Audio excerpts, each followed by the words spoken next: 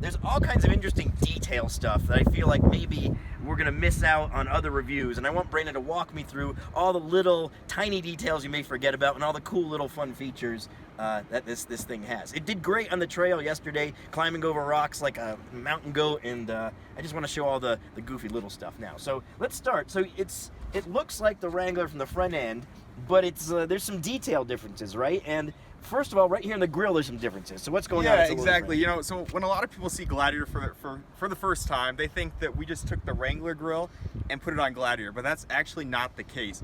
Gladiator has a unique grill, so we actually took this this texture mesh in the 7 slots and actually opened it up, made it a little bit wider, and then the slots themselves are slightly wider and slightly taller than the Wrangler slots, and that just helps get more airflow to the engine to help with cooling. So if somebody's modifying a Wrangler and they need more engine cooling, if they swap out a Gladiator front face, it'll allow more airflow, right? Exactly. We also do have a higher wattage fan as well behind the radiator just to pull more air through. Yeah. But that's works in conjunction with the different grill. Okay. Now show me under the hood. You did a clever thing with where you guys positioned the alternator, and I just want people to see that because that's a nice detail that makes sense. Oh yeah, there's that.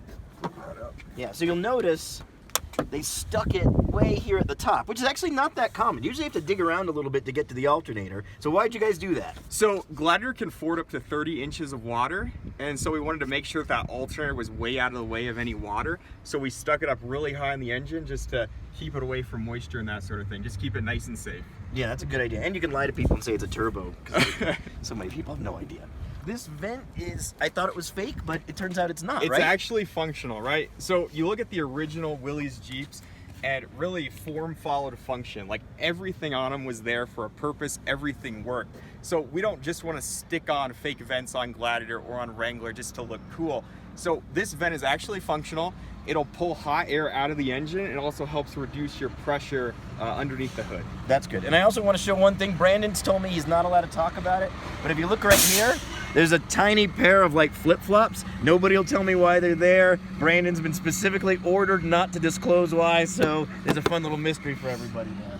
This is the only convertible truck you can still buy in America today, right? It's the only pickup that not only can you take off the top, but take off all 4 doors, and you can even fold down the windshield. Which is fun. But for right now, so this has a hard top on it, but even with the hard top, so you can still take out like T-top style panels, right? Correct. So the hard top is a 3-piece Freedom Top hard top. Freedom so Top. Take out the 2 Freedom panels above the front seats. Freedom panels. And then you can also take off this entire back section as well. So do this, and they they just pop right out, just like that.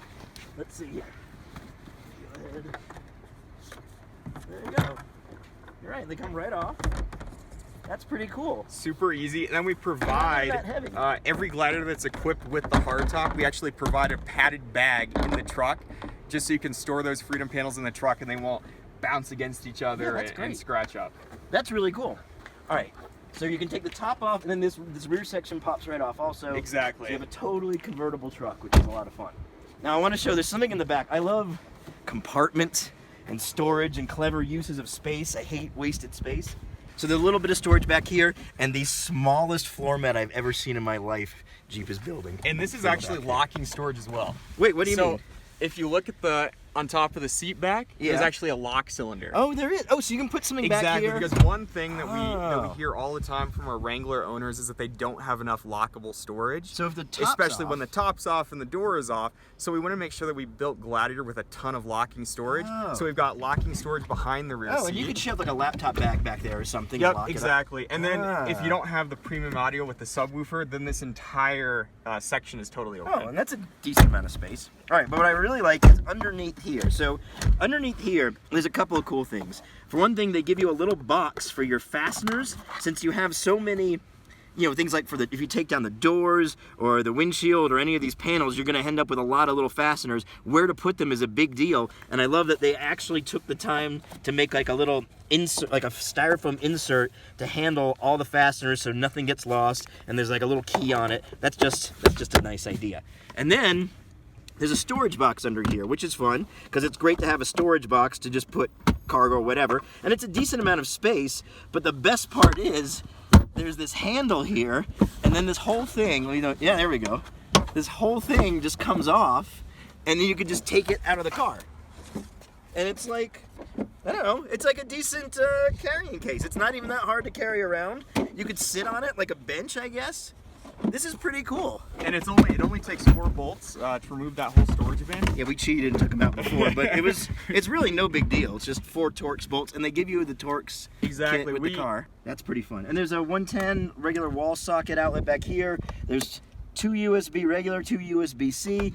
So you guys did a good job of providing like all the power port stuff, which is great. Everybody's got tablets, everybody's got smartphones. We want to make sure that they all had places that they could plug in and recharge their devices. All Gladiators come standard with a 5-foot steel bed. They feature a damped 3-position aluminum tailgate. Okay, show me how that works. So the 3 positions are fully down, obviously fully up and closed, and then we've got our 3rd position. So what you do is you take your tailgate cables and you loop them around these plastic cleats. Right. And that is going to hold the tailgate at approximately a 45-degree angle, maybe 40 degrees. And so the benefit of that is if you want to haul, if you're doing some kind of home remodeling project or DIY project, you need to haul plywood or drywall, that sheet cargo actually has to sit on top of the rear wheel wells. Right. And then when the tailgate is in this 3rd position, it's actually going to support the back half of that sheet cargo. That's great. So that's very useful. And there's a 110 outlet in the back We've got an too. available 115-volt outlet. 115. We've got standard LED bed lighting. We've got our optional spray and bed liner, like you mentioned. Right. And I want to show this, another little secret Easter egg here. Brandon, explain, why does it say I Heart 419 right there? Well, actually, we wanted to put 1941, but we misspelled it. Just kidding. It's so tricky. 419 is actually the area code for Toledo, Ohio. And we really consider Toledo, Ohio to be kind of the ancestral home of the Jeep brand. They've been building Jeeps since 1941 during World War II. And so this is kind of an homage to Toledo, kind of giving the city of Toledo thanks for building great Jeeps over the last 78 years. And this is built in Toledo still, right? It is right? built in Toledo, yeah. All right. The tire tread marks in the back wall, what's that? Does that do anything? Actually, the lead designer for Gladiator, he's a huge dirt bike enthusiast. And so one of the things that he wanted to do with his Gladiator was haul dirt bikes in it. Yeah. And so what those indentations in the front of the bed tell you is if you are hauling dirt bikes, they tell you where to line up the front tires so you can put 2 dirt bikes in the bed. Now, is this supposed to look kind of like a Jeep face here? Like, is this supposed to look like the grille and lights and indicators? It just happens. That's just a coincidence. Just a coincidence. Yeah, the main design Easter egg there is the tire imprints for dirt bikes. Yeah, that's pretty cool. So I don't know if you guys remember the old box taillight that all Jeeps had for years, and you could buy it. You could still buy them at truck stops and pickup, like all kinds of pickup trucks and trailer trucks had them. And they redesigned the same kind of idea. Like they didn't integrate the taillight like pretty much every other car would have. It's still an external kind of taillight, but it's clearly inspired by that old box taillight, and I just kind of like it. And on the trail yesterday, I noticed it has like an hourglass kind of shape. Yep. Like in the way it's illuminated. These are actually really nice. And then you've got kind of a halo as well for your normal tail lamp. Oh, right. So the normal tail lamp's there, the brake lights are there. In the middle. Super bright reverse lamp, which is nice. And then there's a sensor in here for the blind spot monitor. Rear cross path detection. One other thing that people assume when they look at Gladiators, we just took a bed and welded it onto the back of a Wrangler. But if we had done that, we wouldn't be anywhere near best-in-class towing or best-in-class payload. So really the entire back half of Gladiator underneath was completely redesigned to make it a truly capable truck. Can we see anything under here? Can see a few things. Well, you're telling me. So this rear suspension geometry is actually kind of derived from the Ram 1500 light duty pickup. And believe it or not, the rear control arms as well as the rear track bar are the exact same parts. These here? That's your sway bar. That's a sway bar. Yep. Oh, So your track bar is going to be your track bar is higher up. Oh, there's right the under track. here, Okay, behind the got it. spare. Yeah. And then of course the control arms are in the front. Yeah. And then another thing we did, if you look at a Ram 1500 rear suspension, is the sway bar actually sits a little bit lower compared to the center line of the axle, just to help with ride. But then this being a Jeep and needing to go off road, we actually raised the sway bar up closer to the center line of the axle, just to keep it out of the way. Now, I noticed yesterday on the trail, this differential takes a lot of abuse. Like, it was banging into rocks pretty much all the time. Did you guys do anything to reinforce this thing, or is this just how they It's just are? a very stout. I mean, it's a giant chunk of cast iron, and it's a very thick stamped steel cover. So it's pretty tough. It's very durable.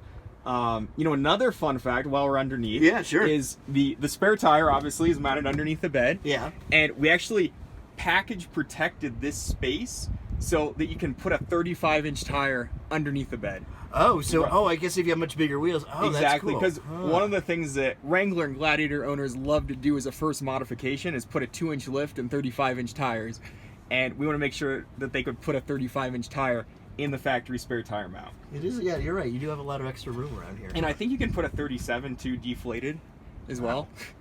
That's pretty fun. All right, well, look, Brandon, thanks so much for no coming out here problem. and helping me. And yeah, so we'll have hopefully more content of this in the trail at some point. But in the meantime, thanks for watching.